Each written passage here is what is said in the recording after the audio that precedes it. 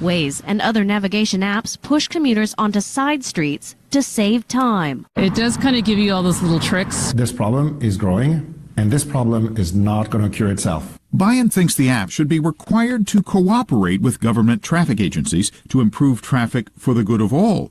We have literally been following how traffic apps are affecting Fremont's traffic for years. Last year, city officials began taking measures to deter commuters from clogging their streets. So we decided to go back and see if progress had been made.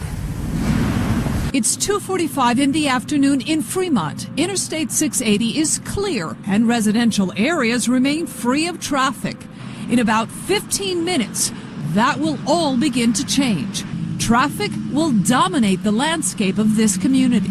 When does this start and when does it end? Oh my God, you should see on Fridays it will start as early as 2 p.m. And it finally begins to clear up by 7 p.m., sometimes later. Most of the people on Interstate 680 are following apps like Waze and Google Maps to reduce their commute time. This is a real-time depiction of what Google is recommending to their users. City officials monitor this activity daily. It's close to 3 p.m. and Google Maps is telling commuters to get off Interstate 680 and cut right through the center of Fremont by using Mission Boulevard, just to save 3 minutes. After months of trying to reach out to Google, the company finally responded to Fremont's concerns. They also told us that their algorithm and their program would not recommend users getting off of the freeway and onto city streets unless there was at least a 5-minute time savings. Fremont made changes to deter commuters from cutting through neighborhoods. Red lights are now longer, and signs indicating no turn on red were placed in key intersections. Because now going through Fremont requires additional traffic time, it forced Waze and Google Maps to incorporate these changes into their algorithm. And at one point, this shortcut would get so congested that it would be better for the people to stay on the highway. Fremont is now working with the Institute of Transportation Studies at UC Berkeley. The institute is collecting Fremont's traffic data to help them understand their congestion patterns. They told us that 10 years ago, before these apps, cutting through Mission Boulevard would have saved 10 minutes. But now their data show commuters only save 1 minute by taking Mission Boulevard before getting back on I-680. Even commuters say they don't trust their traffic apps. I was trying to take a detour from 680, coming on 680 back again, but it's not working out. Now what? I mean, do you go back to Google and say you're wrong, or do they even care? We don't think they care. Okay, so we reached out to Google Maps and Waze, which is actually owned by Google but are separate companies. We called and emailed and never got a response.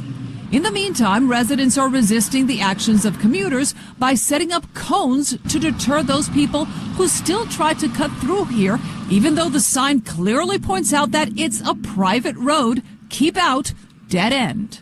It makes them slow down. First of all, that's my biggest goal. Slow down, because my kids are here. To the end of the street where I am, I actually blocked off my driveway with garbage cans. The city told me I could do that. Other cities in the same situation are taking action.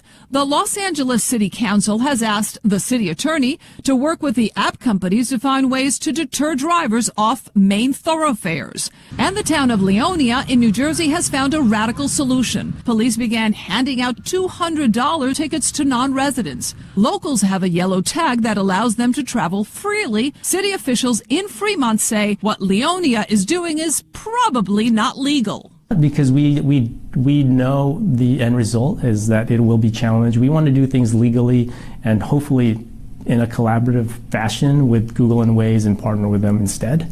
Alex Bayan, director of the Institute of Transportation Studies, believes the only way to negotiate with these giant companies is to show them there is strength in numbers.